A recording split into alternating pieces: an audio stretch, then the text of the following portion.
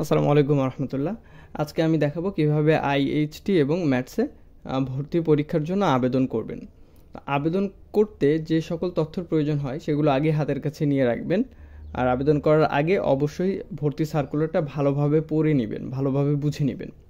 কী কী information লাগবে আমি সেগুলো আগে আপনাদেরকে দেখিয়ে দেই। অবশ্যই এগুলো নোটপ্যাডে লিখে রাখবেন, খাতায় না। নোটপ্যাডে লিখলে হবে কি, এই ইনফরমেশনগুলো বারবার লিখতে হবে না, একবার কপি করে বসাই দিলেই হবে। কারণ দেখা যায় যে ছোটোখাটো কোনো ভুলের কারণে যখন আপনি সাবমিট করবেন সব তথ্য চলে যায়, আবার নতুন করে লিখতে হয়। ভুল হতেই পারে, খুব স্বাভাবিক একটা ব্যাপার। যার জন্য আপনারা অবশ্যই নোটপ্যাডে এই তথ্যগুলো আগে লিখে রাখবেন। কি কি তথ্য লাগবে তার একটা লিস্ট আমি এখানে রেখেছি। এসএসসি পরীক্ষার রোল লাগবে, এসএসসি পরীক্ষার রেজিস্ট্রেশন নাম্বার লাগবে, এসএসসি পাশের সাল লাগবে, এসএসসি শিক্ষা বোর্ড লাগবে, কোন শিক্ষা বোর্ড থেকে আপনি এসএসসি পাস করেছেন। এরপরে যখন আপনি এই তথ্যগুলো দিবেন সেখানে, রোল, রেজিস্ট্রেশন, পাশের সাল, শিক্ষা বোর্ড, তখন অটোমেটিক অনেকগুলো তথ্য সেখানে চলে আসবে। ভর্তি কিছু তথ্য আসে না, সেগুলো আমি এখানে লিখেছি। যেমন আবেদনকারীর বাংলায় নামটা সেখানে আসে না, এখানে সুন্দর করে নির্ভুল বানানে বাংলায় নামটা লিখে নেবেন। আবেদনকারীর পিতার নামটা বাংলায় লিখে নেবেন, মাতার নাম বাংলায় লিখে নেবেন, সে কোন ধর্মের অনুসারী সেটা লিখে নেবেন।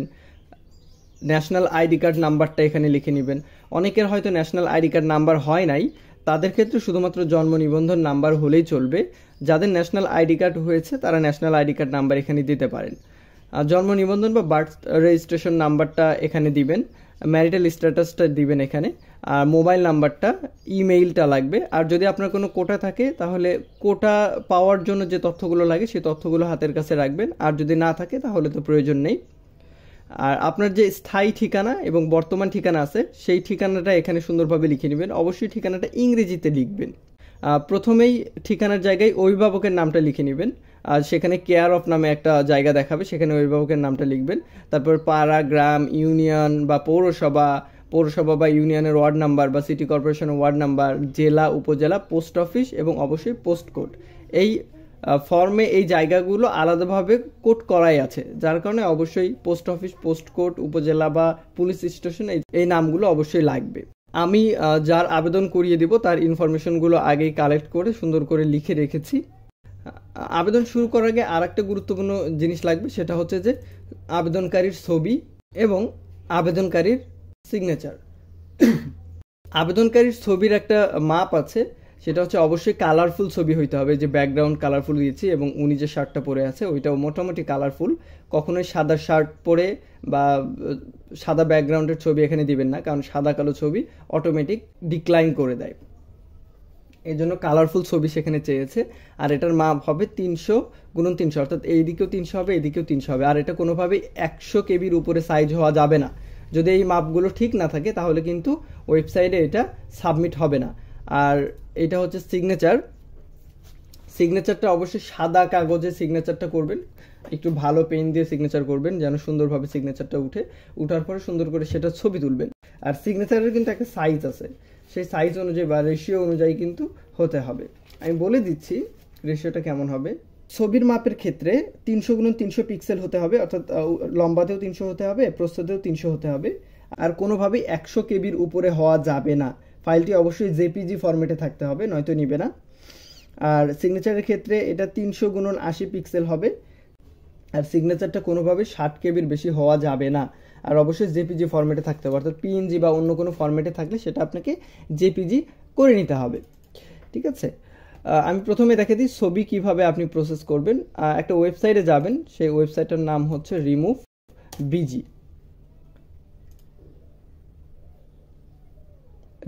এই ওয়েবসাইটটাতে যাবেন, এখানে আপলোড ইমেজ দিবেন। ধরুন এই ইমেজটি আমরা প্রসেস করব। এখানে ছবি আপলোড দিলে অটোমেটিক ব্যাকগ্রাউন্ডটা রিমুভ হয়ে যাবে। তারপরে এই যে ব্যাকগ্রাউন্ড অপশনে ক্লিক করে কালারে ক্লিক করবেন, এখান থেকে অনেকগুলো কালার চুজ করতে পারবেন। আপনি এই কালারটা চুজ করে নিলেন, তারপর ডান করবেন, এটা ডাউনলোড করে নেবেন। আমার ডাউনলোড করাই আছে তাই আমি ডাউনলোড করছি না। এটা ব্যাকগ্রাউন্ড চেঞ্জ করার পরেই কিন্তু কাজ শেষ না। আপনার যদি ছবি আগে থেকে সুন্দর করে প্রসেস করাই থাকে তাহলে তো হয়েই গেল। আরও একটি ওয়েবসাইট এখানে লাগবে, সেই ওয়েবসাইটের নাম হচ্ছে রিসাইজ পিক্সেল। এখানে আবার যে ছবিটি আপনি মাত্রই ওইখানে সেভ করেন সেটা এখানে নিয়ে আসবেন। যেহেতু আমি সেভ করিনি ওইটা, তাই আমি অন্য একটা ছবি দিলাম। এখানে আনার পরে ছবিটা এখানে লোডিং নিয়ে দেখাবে কিছুক্ষণ পরেই। এই যে হোয়াইটটা এটা 300 করে দিবেন, 300, হাইটটাও 300 করে দিবেন, যেহেতু 300 গুণন 300 চেয়েছে। আর এই যে ফিক্সড অ্যাসপেক্ট রেশিও, এটা যদি টিক দেওয়া থাকে তাহলে অবশ্যই এটা তুলে দিবেন। এরপরে এটা রিসাইজ করবেন। রিসাইজ করলে এই যে এই জায়গাটাতে দেখেন মার্ক করলাম আমি, কারেন্ট 300 গুণন 300 পিক্সেলের ছবিটি 22.86 কেবিতে পরিণত হয়েছে। আর ফাইল ফরম্যাট এটা জেপিজিতেই আছে। এর আগে কত ছিল? 33.45 কেবি ছিল, আগে থেকেই প্রসেস করা ছিল, যার কারণে কম। যদি আপনাদের ছবিটার কেবি বেশি থাকে তাহলে এইভাবে কিন্তু আপনি কমাই নিতে পারবেন। রেশিও 300 করলে ইনশাআল্লাহ অটোমেটিক কেবি 100 নিচে চলে আসবে। এরপরে গো টু ডাউনলোডে যাবেন, তারপর ডাউনলোড ইমেজ দিবেন। এই যে এখানে ডাউনলোড ইমেজ অপশনটা আছে, তাহলে ছবিটা ইনশাআল্লাহ কাজ করবে। অবশ্যই ব্যাকগ্রাউন্ড ভালোভাবে ঠিকঠাক করে নেবেন, ভালো একটা ছবি দেওয়ার চেষ্টা করবেন, কারণ এটাই কিন্তু আপনার অ্যাডমিট কার্ডে চলে আসবে এই ছবিটাই।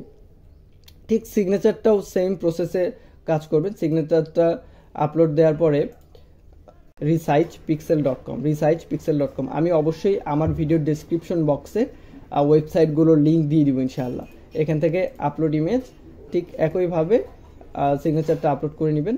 আপলোড করার পরে এখানে কত চাইছে, এটা চাইছে 300/80 পিক্সেল, তাই না? এবং সর্বোচ্চ 60 কেবি, 60 কেবির উপরে কোনোভাবে হওয়া যাবে না। এটা ঠিক এইভাবে রিসাইজ করে নেবেন, রিসাইজ করে রেডি করে নেবেন। আবেদন করতে আমাদেরকে যে ওয়েবসাইটে যেতে হবে সেটার নাম হচ্ছে DGME।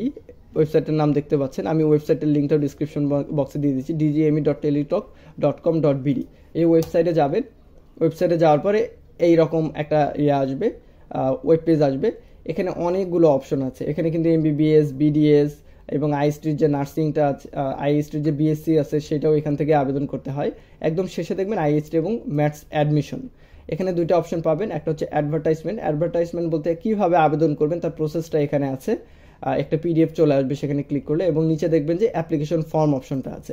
অ্যাপ্লিকেশন ফর্ম অপশনে ক্লিক করলে এখানে প্রোগ্রাম দেখাবে যে কোন প্রোগ্রামে আবেদন করবেন। মাত্র একটা প্রোগ্রামই দেওয়া আছে, ভালোভাবে একটু পড়ে নেন। Diploma course in institute of health technology, diploma course in medical assistant training school. এখান থেকে নেক্সট করুন। নেক্সট করার পর দেখাবে যে আপনি কোথা থেকে SSC পাস করেছেন, মানে ন্যাশনাল কারিকুলাম থেকে নাকি ইংলিশ মিডিয়াম থেকে। ন্যাশনাল কারিকুলাম সিলেক্ট করবেন। করার পরে এখানে অপশন দেখাবে যে কি পরীক্ষা দিয়েছেন, SSC নাকি দাখিল। কেউ মাদ্রাসা থেকে পড়ে, কেউ SSC থেকে পড়ে। এখানে SSC ভোকেশনাল আছে বা দাখিল ভোকেশনাল আছে, এগুলো থেকে কিন্তু আইএসটি ম্যাথসে আবেদন করা যায় না, কারণ সেখানে বায়োলজি থাকে না। বায়োলজি একটা শর্ত এবং সায়েন্স একটা শর্ত। দাখিল বা SSC যেটাই হোক আপনি এখান থেকে ক্লিক করে নেবেন। আমার শিক্ষার্থী দাখিল থেকে, তাই দাখিল সিলেক্ট করলাম। বোর্ড দাখিল যেহেতু, তাই মাদ্রাসা বোর্ডটাই হবে। আপনার যে বোর্ড সেই বোর্ড সিলেক্ট করে নেবেন। এখানে আমি রোলটা দিয়ে দিব, রোল দিয়ে দিলাম। রেজিস্ট্রেশন নাম্বারটা দিব। পাসিং ইয়ার, আমার শিক্ষার্থী 21 সালে পাস করেছে, তাই 21 সাল দিয়ে দিলাম। নেক্সট করলেই অনেক ইনফরমেশন এখানে চলে আসবে। আপনি দেখতে পাচ্ছেন বেসিক ইনফরমেশনগুলো দেওয়া আছে, যেমন অ্যাপ্লিকেশনস নাম ওমর গনি শিহাব। এখন বাংলাতে নামটা কিন্তু দেয়া নাই, আমি আগেই কিন্তু একটা শিট দেখাইছি, একটা লিস্ট দেখাইছি কি কি আপনার ইনফরমেশন এখানে লিখে রাখা লাগতে পারে। এইভাবে লিখে নেবেন। এই কি কি লাগবে এটাও আমি ডেসক্রিপশন বক্সে দিয়ে দিচ্ছি, কোনো সমস্যা নেই। আমি তথ্য পূরণ করে এখানে হচ্ছে ঠিকানাটা দিতে হবে, MD সেলিম। আপনার যদি প্রেজেন্ট অ্যাড্রেস এবং পার্মানেন্ট অ্যাড্রেস সেম হয় তাহলে এখানে একটা ছোট্ট অপশন আছে, সেম অ্যাজ প্রেজেন্ট অ্যাড্রেস। এখানে ক্লিক করে দিলেই এই অপশনগুলো, এই তথ্যগুলো এই পাশে চলে আসবে। এরপরে একটা জায়গা দেখাবে যেটা আগে থেকে পূরণ করে, এটা আমরা প্রথমেই কিন্তু পূরণ করে দিয়েছি। আচ্ছা, তারপরে আমরা সবচাইতে গুরুত্বপূর্ণ একটা বিষয়, সেটা হচ্ছে সাবজেক্টগুলো আমরা কিভাবে চয়েস করব। এটা অনেক কিছুর উপর নির্ভর করে। যদি আপনার স্টুডেন্টের রেজাল্ট খারাপ হয় তাহলে আপনি চেষ্টা করবেন নতুন কলেজগুলো আগে দেওয়ার, তাহলে চান্স আসার সম্ভাবনাটা একটু বেশি থাকে। আর পুরাতন কলেজগুলোতে কম্পিটিশন একটু বেশি থাকে, ডিপার্টমেন্ট বেশি থাকে, যার কারণে 3 পয়েন্ট বা 3.50 বা 4 পয়েন্ট এই পয়েন্টগুলো নিয়ে সেখানে কম্পিটিশন করা একটু কঠিন হয়। আমার স্টুডেন্টের পয়েন্ট যেহেতু কম এবং ও শুধুমাত্র ডেন্টালেই পড়তে চায়, তা এবং ওর প্রথম চয়েস চট্টগ্রাম ডেন্টাল, এই কারণে আমি প্রথমে চট্টগ্রামের ডেন্টালটা দিয়ে নিব। চট্টগ্রাম আইএসটি ডেন্টাল এটা দিয়ে নিলাম। দিয়ে নেওয়ার পরে আমি সহজ সবচাইতে চান্স পাওয়া কোথায় হতে পারে এই পয়েন্ট নিয়ে, সেটা অবশ্যই জামালপুর। জামালপুর যতগুলো কলেজে ডেন্টাল আছে তার মধ্যে জামালপুরটা তুলনামূলক নতুন। জামালপুরের ডেন্টিস্ট্রিটা দিয়ে নিব। এরপরে নিচ থেকে দেয়া শুরু করব। যতগুলো ডেন্টাল আছে তার মধ্যে সবচাইতে নতুন ক্যাম্পাস কোনটা, যদিও নতুন ক্যাম্পাসগুলো 8-10 বছর বয়স হয়ে গেছে, তুলনামূলক নতুন আর কি। এরপরে আসবে জামালপুরের আগে সিলেট ডেন্টিস্ট্রি আসবে, সিলেটের পরে আসবে ঝিনাইদহ ডেন্টিস্ট্রি। লিস্ট কিন্তু পুরাতন নতুন ক্রমানুসারে দেওয়া আছে, প্রথম দিকের ক্যাম্পাসগুলো একদম পুরাতন এবং যত নিজ দিকে যাবেন ক্যাম্পাস তুলনামূলক নতুন হইতে থাকবে। রংপুর আইএসটি ডেন্টিস্ট্রি দিব, তারপরে দিব হচ্ছে বরিশাল আইএইচটি ডেন্টিস্ট্রি, তারপরে দিব চট্টগ্রাম আইএইচটি ডেন্টিস্ট্রি তো দিয়ে ফেলেছি, তারপরে দিব বগুড়া আইএইচটি ডেন্টিস্ট্রি, এরপরে রাজশাহী আইএইচটি ডেন্টিস্ট্রি, এরপরে ঢাকা আইএইচটি ডেন্টিস্ট্রি। মোট 9টি ইনস্টিটিউট অফ হেলথ টেকনোলজিতে ডেন্টিস্ট্রি ডিপার্টমেন্ট রয়েছে, আমরা 9টি সিলেক্ট করে ফেলেছি। আমার স্টুডেন্টের প্রথম চয়েস চট্টগ্রাম, তাই প্রথমে চট্টগ্রামই দিয়েছি এবং তারপরে দিয়েছি সবচাইতে সহজে চান্স পাওয়া যেতে পারে এই পয়েন্ট নিয়ে কোন আইএইচটিতে, যেহেতু পয়েন্ট একটু কম, যার কারণে আমি জামালপুর দিয়েছি। জামালপুর তুলনামূলক নতুন ক্যাম্পাস অন্যান্য ক্যাম্পাসের তুলনায়। তারপরে নতুনের ক্রমানুসারে একটা করে দিতে থেকেছি। ঢাকা সবচাইতে পুরাতন, তাই ঢাকা সবার শেষে দিয়েছি। এরপরে ওর আর কোনো চয়েস নেই, ও ডেন্টালেই পড়তে চায়। এরপরেও আমাদেরকে চয়েস দিতে হবে, মোট 98টা চয়েস দিতে হবে আপনাকে, সবগুলো কলেজের সবগুলো ডিপার্টমেন্টই চয়েস করতে হবে। আর যেহেতু বাকি ডিপার্টমেন্টকে পড়বে না, তারপরেও দিতে হবে, তাই তুলনামূলক ভালো ডিপার্টমেন্ট দিয়েই আমি শুরু করব এবং অবশ্যই সবচাইতে নতুন ক্যাম্পাস দিয়ে শুরু করব। তাই একদম নিচে চলে যাব। ওর ম্যাথস কোনোভাবে ওর চয়েস না, তাই আমরা ম্যাথস এখন দিব না। আমরা ফিজিওথেরাপি দিয়ে শুরু করতে পারি, কারণ ও যেহেতু ডেন্টিস্ট্রিতে পড়তে চায়, তার মানে ও নিশ্চয়ই চেম্বার করতে চায়। ফিজিওথেরাপি থেকেও কিন্তু চেম্বার করা যেতে পারে। তাহলে ফিজিওথেরাপি কই থেকে শুরু হয়েছে আমরা একটু খুঁজে বের করি। সিলেট থেকে আমরা দেখতে পাচ্ছি ফিজিওথেরাপি শুরু হয়েছে নতুন ক্যাম্পাসগুলোর মধ্যে। যদিও সিলেট আসলে নতুন ক্যাম্পাস আর নাই, প্রায় 8-10 বছর বা তারও বেশি হয়ে গেছে সিলেট ক্যাম্পাসের বয়স। সিলেট আইএইচটি ফিজিওথেরাপি দিয়ে আমরা শুরু করলাম। এরপরে ঝিনাইদহ আইএইচটি ফিজিওথেরাপি আমরা দেখতে পাচ্ছি। এরপরে রংপুর আইএইচটিতে ফিজিওথেরাপি আমরা দেখতে পাচ্ছি। ফিজিওথেরাপি পূরণ করার সময় খুবই সাবধান থাকতে হবে, আমরা যেন ভুলেও রেডিওথেরাপি পূরণ করে না দিই। রেডিওথেরাপিতে আমি কাউকেই পড়তে বলি না। তারপরে আমরা বরিশাল আইএইচটি ফিজিওথেরাপিটা দিতে পারি। এরপরে চট্টগ্রাম আইএইচটি ফিজিওথেরাপিটা দেওয়া যেতে পারে। এরপরে বগুড়া আইএইচটি ফিজিওথেরাপি, এরপরে রাজশাহী আইএইচটি ফিজিওথেরাপি, এরপরে ঢাকা আইএইচটি ফিজিওথেরাপি। 17টা চয়েস হয়ে গেছে 98টার মধ্যে, সবগুলোই দিতে হবে। এরপরে আমরা ল্যাব সিলেক্ট করি, ঠিক আছে।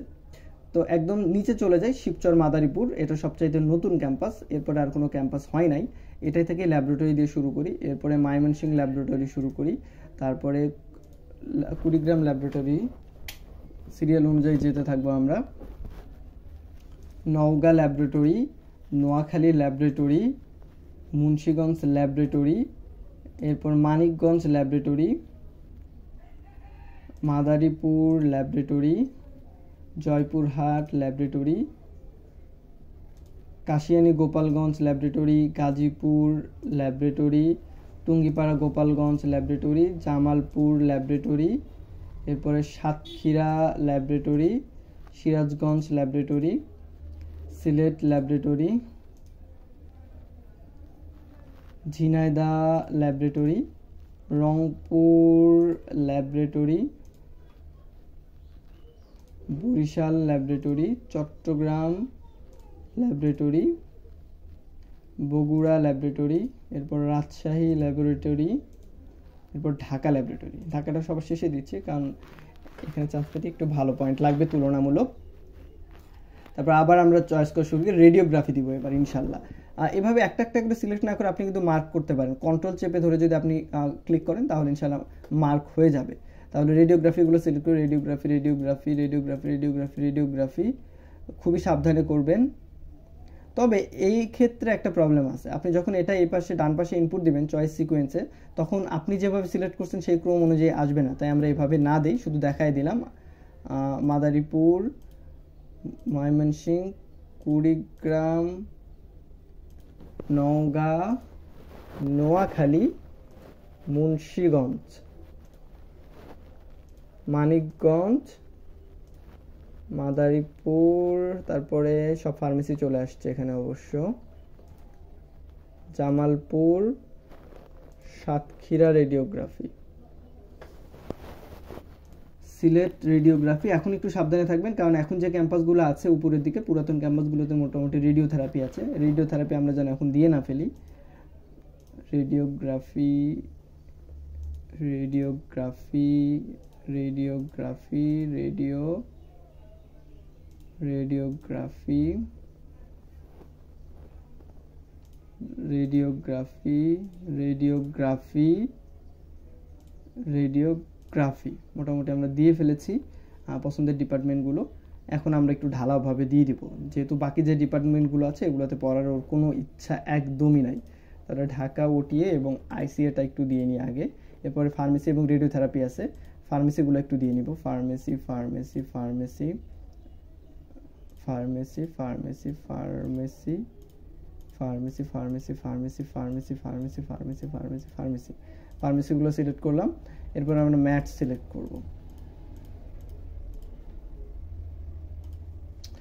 আচ্ছা আমরা চেঞ্জ করে দিই একটু, কারণ ও যেহেতু বাসা ওর বান্দরবন এবং ওর চট্টগ্রাম প্রথম চয়েস, তাই আমরা প্রথমে একটু কুমিল্লা দিয়ে দিই এবং নোয়াখালীটাও দিয়ে দিই, ওর বাসার কাছে যে ম্যাচগুলো। যদি সিদ্ধান্ত পরিবর্তন হয়, যদি ভর্তি হতে চায় চান্স আসার পরে, বলা তো যায় না,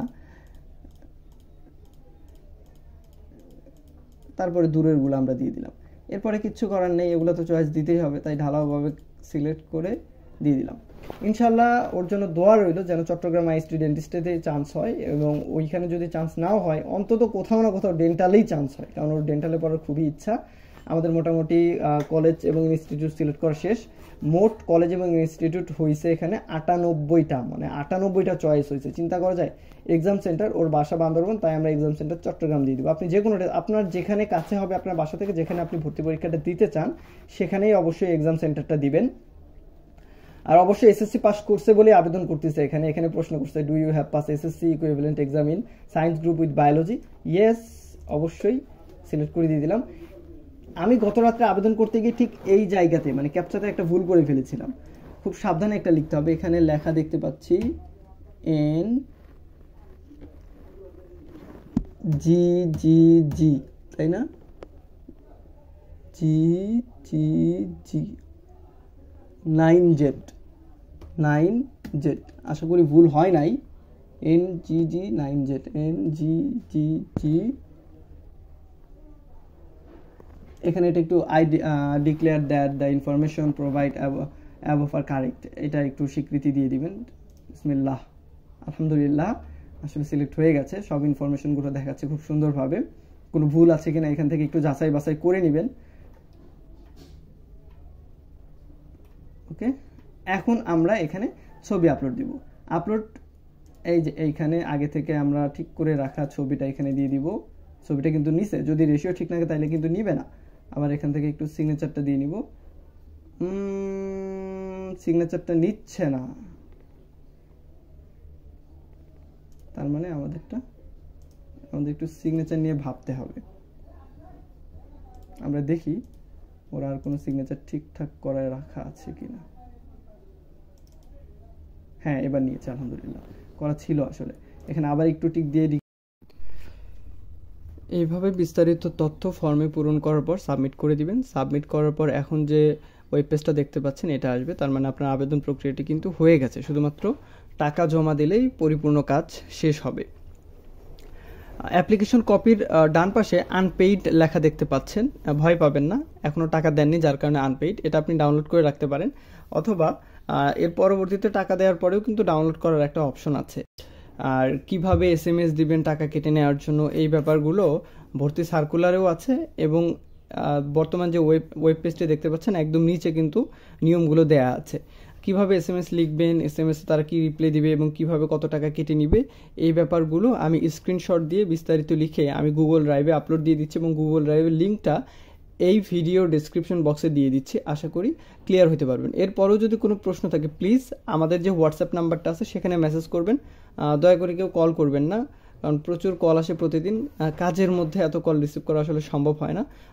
হোয়াটসঅ্যাপ করলে আমি যখন ফ্রি থাকবো তখন ইনশাল্লাহ আপনার মেসেজের রিপ্লাই অবশ্যই দেওয়ার চেষ্টা করব।